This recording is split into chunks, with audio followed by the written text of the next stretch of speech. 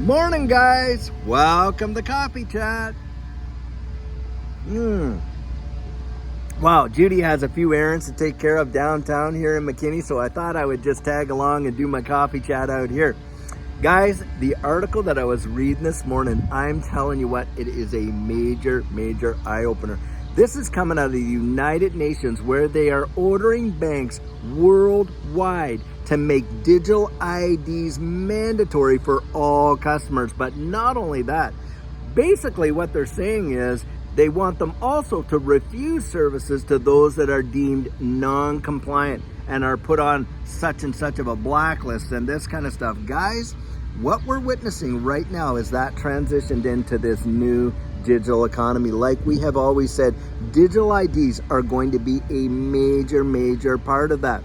Now, guys, we know distributed ledger technology is being utilized for these digital IDs. And it's not only going to be our banking information or access to financial services that are governed by digital IDs. So all this other stuff, just give me a sec. Your healthcare, your educational records, any civic documents for certain, and in fact it could even include your driver's license and perhaps even your passport will be converted into this digital ID system. And guys, the deal is this: most of us have really looked at a lot of countries around the world that have been employing this type of technology that are very autocratic and literally are using it as a method of social control, haven't we?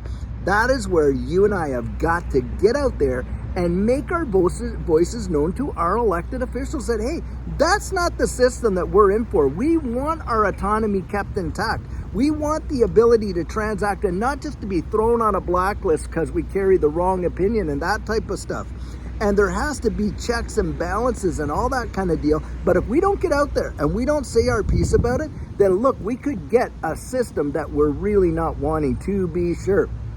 And you got to really think about that, because a lot of times, guys, we just kind of sit back, complain, and then things happen, and before long, it becomes law, and there's really not much that we can actually do about it. And that's where I'd say, that's where we get out, we write letters to our representatives, and we let them know, we advocate. Now, there are a few people out there right now in our political spectrums, in at least the United States for sure, that are out there trying to protect our anonymity, and we need to get behind those guys and actually support the bills that they're putting forward, both in our states and in the nation. But also we got to get out in front of these people that absolutely want to kind of take that away from us. And you know who I'm talking about: Gary Gensler, Elizabeth Warren, and all these people that seem to come out with some of these draconian measures that want to make it criminal for us. In fact, you look this up, fact check this. Elizabeth Warren is literally wanting to almost criminalize people that maintain their own digital wallets. I kid you not, that is out there. And that's where we got to get out in front of this space, out in front of these guys, and let the rest of the people know who don't know a whole lot about this digital space what these guys have planned. And then on top of that, get behind the guys and support the ones that are out there trying to actually protect our rights in this space and our anonymity and all that goes with it. Guys, I'm telling you, this is a major deal.